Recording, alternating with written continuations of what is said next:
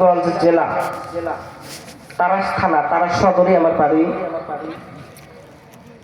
আমরা 3 বোন ছিলাম। আমার বাবা একজন সাবেক সেনা সদস্য।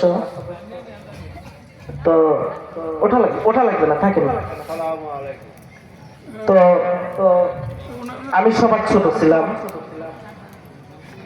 আমার বড় যে বোনটা, সেও মাদ্রাসাতে পড়েছে। আমি আমার জীবনের প্রথম শিক্ষা হলো কওমি মাদ্রাসাতে। আমি ক্লাস 5 পর্যন্ত পড়ার পরে অনেকেই বলে যে সাহুল সিদ্দিক আলেম হলো কবে। যারা এই কথা বলে তাদেরকে বলবো যে আমি আলেম হইনি ভাই, আমি শরহে বেকায়া পর্যন্ত পড়েছি। আমি কেন বলবো দাওরা পাস করেছি? দরকার নাই তো। আমার যতটুকু এলেম আছে আমি ততটুকু নিয়ে আপনার সামনে দাঁড়াবো। আমি বগুড়া খাতুনে জান্নাত রাদিয়াল্লাহু তাআলা আনহা মহিলা কওমি মাদ্রাসা, সেখান থেকে শরহে বেকায়া পর্যন্ত পড়েছি এবং 2009 সাল থেকে 18 সাল পর্যন্ত দীর্ঘ 9টা বছর আমি খাস পর্দা করেছি, একদম খাস পর্দা করেছি। আমি এই কারণে এই বাহিরের পরিবেশটাতে আমার খাপ খাওয়াতে অনেক সময় লেগেছে। কারণ এই বাহিরের দুনিয়া, খোলামেলা দুনিয়া তো আমি দেখি নাই, আমি পর্দা করেছি। তো যাই হোক, মাদ্রাসাতে পড়া অবস্থাতেই আমি জেনারেলে, যেহেতু আমার পরিবারে এবং আমার পুরো বংশে বেশিরভাগ জেনারেল শিক্ষিত,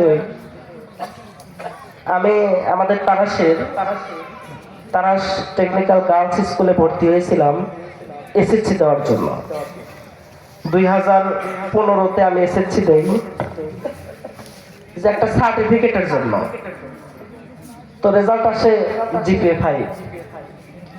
পরে আল্লাহ আমাকে অনেক নিয়ামত দিয়েছে, কিন্তু আসলে নিয়ামতগুলো আমি কাজে লাগাতে পারি নাই। আমার সবচেয়ে বেশি কষ্ট হয় যখন আমার শিক্ষা জীবনের কথা মনে হয়, যে আমি যদি আগে জানতাম যে আমার ভালো একটা চাকরি হবে না, তাহলে আমি এত কষ্ট করে পড়তাম না। এরকম মনে হয় আমার মাঝে মধ্যে। তো যাই হোক, মাদ্রাসাতে যখন বোর্ড পরীক্ষা দিয়েছি সেখানেও আমি সর্বোচ্চ রেজাল্ট আনতে পেরেছি এবং তারাস মহিলা ডিগ্রি কলেজে আমি ভর্তি হই এবং 2017-তে এইচএসসি পরীক্ষা দিই। সেখানেও আল্লাহর রহমতে আমি জিপিএ 5 পাই। তখন একটু পড়াশোনা করেই জিপিএ 5 পেতে হয়েছে, অটো পাস দেয় নাই। এখন আবার আগের পড়া ফিরে এসছে, কথা বলেন ঠিক কিনা? আমাদের মনে হয় 17 সালের চাইতে এখন আরো কঠিন পরীক্ষা হয়েছে এবছর। পড়াশোনা এমন হয় উচিত, কি লেখলো না লেখলো এমনি পাস দিয়ে দিলে, এটা কি হয়? দেশের শিক্ষা ব্যবস্থা এমন হয়? এখন যেটা হচ্ছে এরকমই দরকার। যাই হোক, ঢাকার একটা প্রাইভেট বিশ্ববিদ্যালয়ে ভর্তি হয়েছিলাম। আমার ইচ্ছা ছিল ইঞ্জিনিয়ার হওয়ার, টেক্সটাইলে ভর্তি হয়েছিলাম। তো তখন আমি কিন্তু তখনও পর্দা করি। তো যাই হোক, আমি আমার জীবনে দেখেছি আসলে জেনারেল মানুষগুলো, সব মানুষ খারাপ হয় না। আমি যখন পর্দা করেছি, আমার ইউনিভার্সিটির, আমার কলেজের, স্কুলের সহপাঠীরা আমাকে যথেষ্ট পরিমাণ হেল্প করেছে। তারা, আমি পর্দা করি জন্য তারা অনেক হেল্প করেছে, বলেছে আমরা মানতে পারি না, ও মানতেছে, ওকে সাহায্য করবো আমরা। জেনারেল মানুষদের মন মানসিকতা অনেক ভালো হয়। মানে ওদের কথা হলো আমি মানতেছি না, আমি জানি না, এই শিক্ষাটা আমি পাই নাই, ও জানে, ও মানতেছে, তাহলে ওকে একটু হেল্প করি।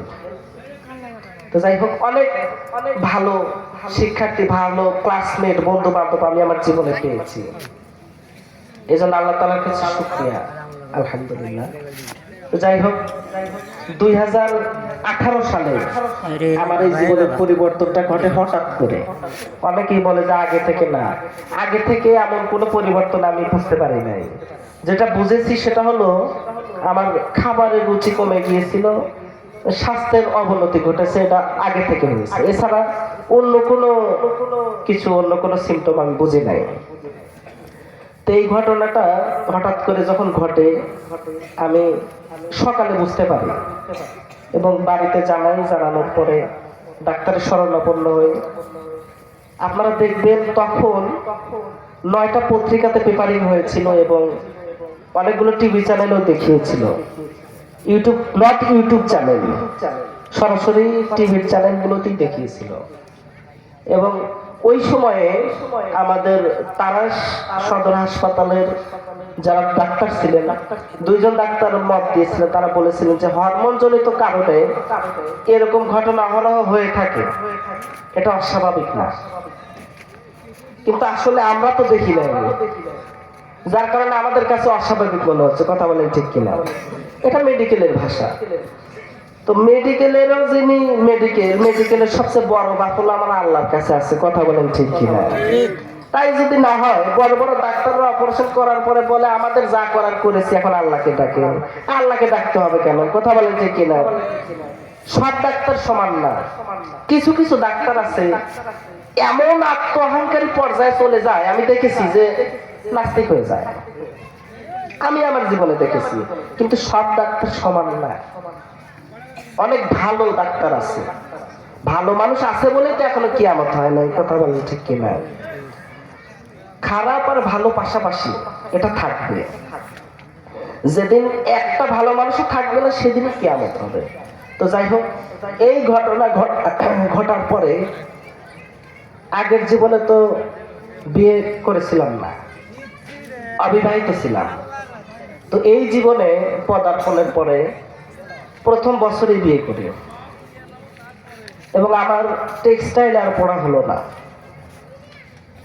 আমার ওস্তাদ ছিলেন খাতুনে জান্নাতের, তিনি সবসময় আমাকে খুব স্নেহ করতেন। তিনি সবসময় বলতেন, এবং আমার তারাশের যারা মানে তাবলিগের সাথে জড়িত, যারা সিনিয়র সিটিজেন, শিক্ষিত সমাজ, তারা সবাই এই ঘটনার পরে আমার বাসায় গেলেন।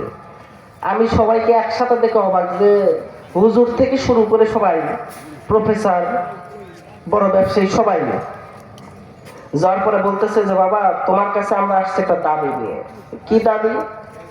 তুমি টেক্সটাইলে এটা পড়া বাদ দাও। ইঞ্জিনিয়ার বাংলাদেশে বহু আছে, ইঞ্জিনিয়ার হওয়া লাগবে না। তুমি যেহেতু আগেও মাদ্রাসায় পড়েছো, তুমি একটু ওই দিকে লেখাপড়া করো এবং চেষ্টা করো। তোমার উসিলাতে যদি 2-4 জন মানুষ হেদায়েতে আসে, এটা অনেক বড় পাওয়া।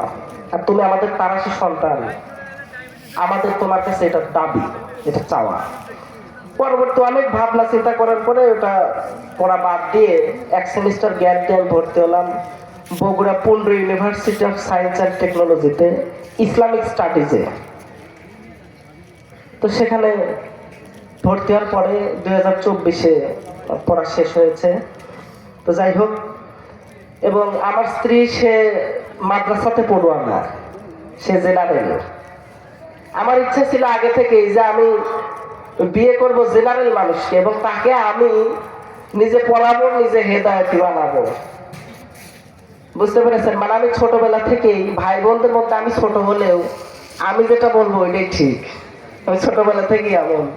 তো যাই হোক, তা আমি নিজে যদি শিখাই, পড়াই, তাহলে আমার কথা তো শুনবেই।